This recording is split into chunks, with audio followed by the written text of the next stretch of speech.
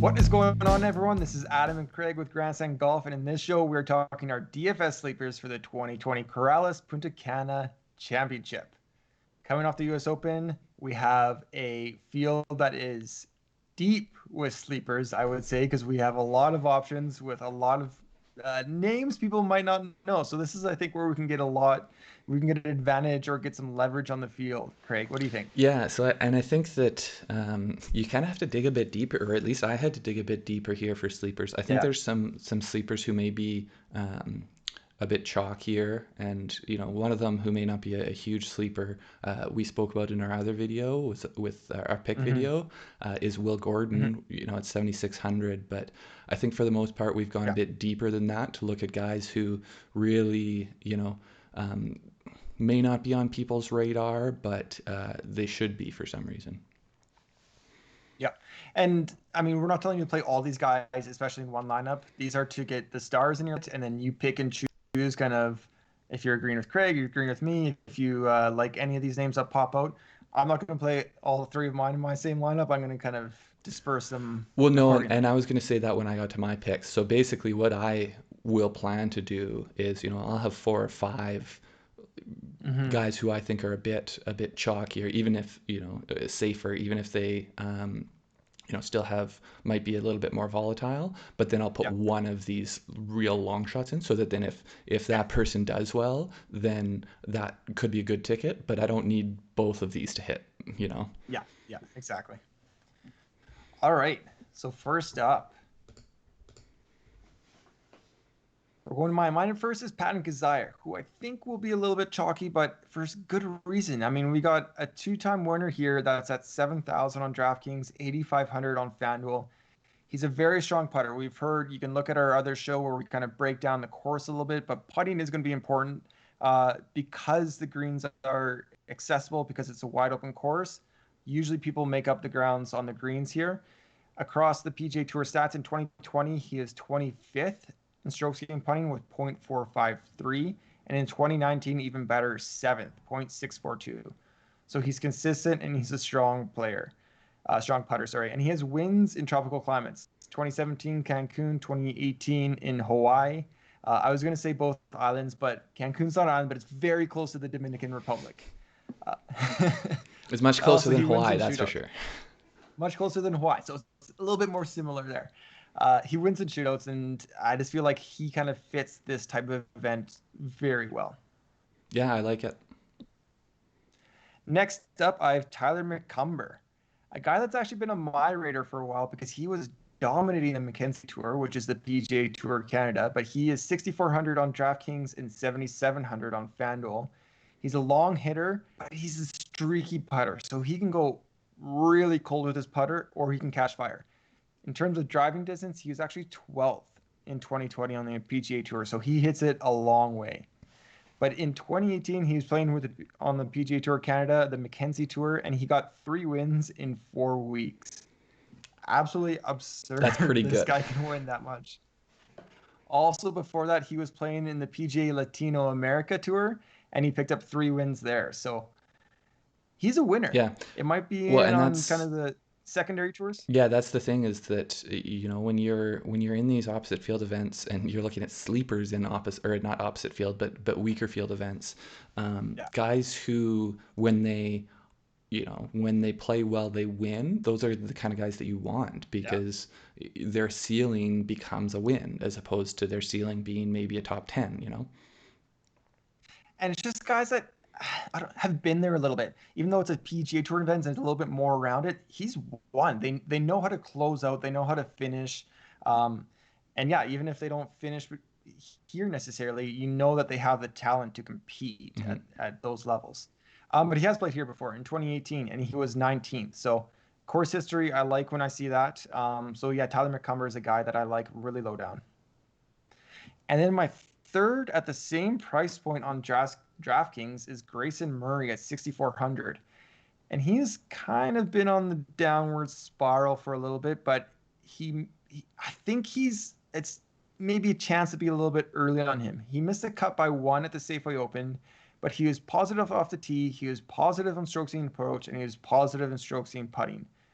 So it's not like his stroke's gone. It's not like his swing's gone. He's doing very well. He just missed the cut by one in what was a pretty competitive Safeway Open. He's also a previous winner on the PGA Tour at 6,400, something I like, and fifth in driving distance in 2020. So he can also bomb it off the tee. The other thing I really like here, in 2019 at this tournament, he was 12th. Someone I think could, he's coming around at the right time, could put up a nice score for the 2020 tournament. Yeah, and I mean, check out the other video where we broke down the course and the player profile a bit more. But Mhm. that distance is really going to be one of the key things to look for, which all of those guys, it sounds like, have, especially McCumber and Murray. They have Yeah, that distance, so exactly. they're the type of guys that will potentially be perfect fits for the course. But they're all the guys that are going to make you a little bit more stressed on Friday to make sure that Especially they when they're actually like play the hitting it weekend. to 6 feet and missing the putt, and you're like, oh. Yeah, But then they exactly. make enough of those Exactly. putts, and you're happy. Yeah. Okay, into mine. So I've gone, with a few guys that it's harder to make the statistical argument for, as opposed to, how I would usually do it, um, Well, yeah, because they're very young for the most because part. they don't have stats. Yeah. So Yeah. Akshay Bhatia is a guy who I had brought up during the Safeway Open. He was my sleeper going into that one. He's an 18-year-old kid. He turned pro young instead of going to university, but he's an American Hmm. kid. He's just a very um, interesting player because he's one of these guys. Yeah. Even looking at his results, he's progressing by the tournament and by month to month. You really can't peg down where he is because Hmm. every tournament he learns something from, it seems, and he takes that into the next one. Yeah. But he was tied for ninth at the Safeway Open, where he was positive in every strokes gained category. He didn't blow it away in terms of distance, but Hmm. he was positive off the tee. So Right. I think that and he's long, like he's lanky, Yeah. so he should have distance. Um, Yeah.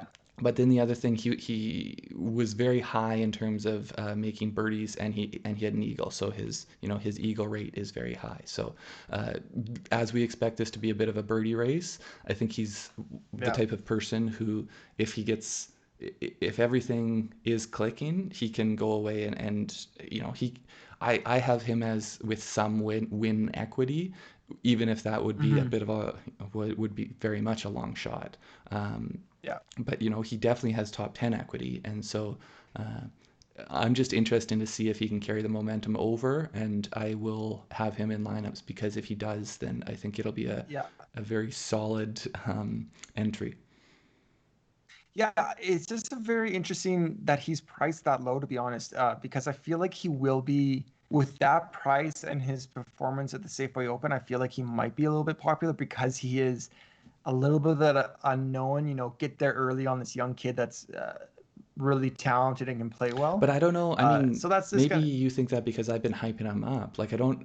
A lot of people have no idea who this guy is. They just, he's got a Yeah. single decent result. Other people don't text each other every day about Yeah. Batia. Yeah, fair. Fair. Um, Next, Justin Sue. So he's priced at 6,700 on DraftKings, 7,800 on FanDuel. Um, This is an interesting one. so this This guy's a is really very interesting interesting. story, and so I'll just pull up a photo here, but you can see him here with a few other golfers you might recognize. There's Victor Hovland, Colin Morikawa, Justin Sue, and Matthew Wolf, and So we have a few PGA Tour winners, a major winner, a guy who just came off his second in the US Open, and a guy in a Puma shirt. yeah. So basically, when these guys all turned pro around the same time, or within a few months of each other. Um, a lot of people clump them together, and there's a really good Yeah. article if you search it down on Justin Sue, because he was arguably, I think all of these guys, you could make an argument for they were the best player in college, but you could make the argument that he was the best of them. Yeah, He was right. number one ranked amateur in the world during his college career.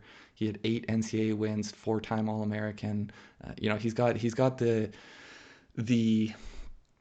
amateur resume that you want to see from a guy Yeah, as he turns pro.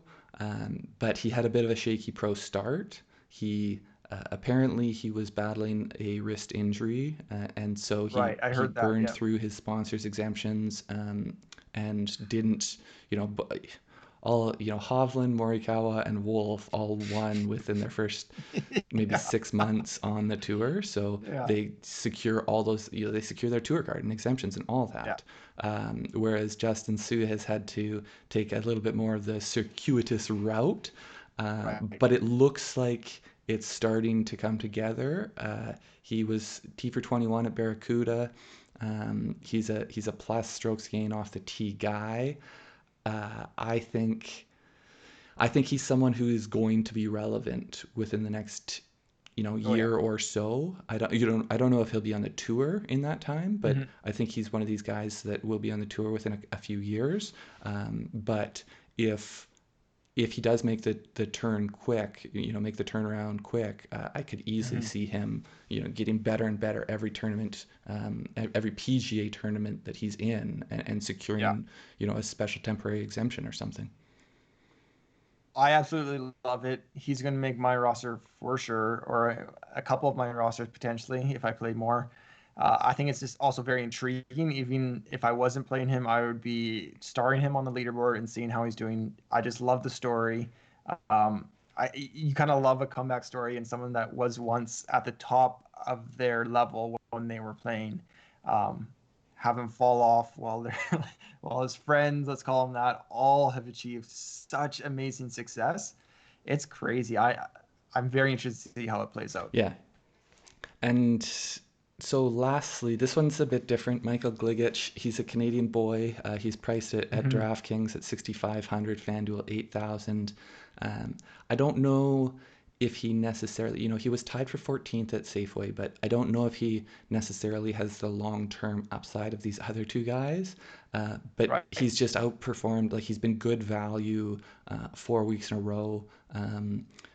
Or not 4 weeks in a row, He's but just four starts in a row, I guess. He's made, he's just been hanging yeah, around. hanging around, but then also, like, tie for 14th at Safeway, 26th Yeah. at 3M, 25th at Barracuda. If you're getting that out of your $6,500 play, Yeah, that's that's a great way to build lineups off of that. for sure. Yeah. So and on top of that, he fits the course. He's a stroke saying off the tee guy. Um, Mhm. so yeah, he's someone who might not catch your eye otherwise, but if you're looking for someone in that price range, I would recommend him. I like it. I always cheer for a good Canadian boy. So that's our pick summary. Patton Kizzire 7,000, Tyler McCumber 6,400, and Grayson Murray 6,400 on And DraftKings. I've got Akshay Bhatia at 6,900, Justin Sue at 6,700, and Michael Gligic at 6,500. Let us know what you think of our picks. If you like them, disagree with them, have another sleeper under 7,000 that you like more, let us know in the comments below. Thank you for watching our video. Please like and subscribe to our channel and ring the bell to get notified for upcoming videos. Thanks, guys. Thanks. Good luck this week.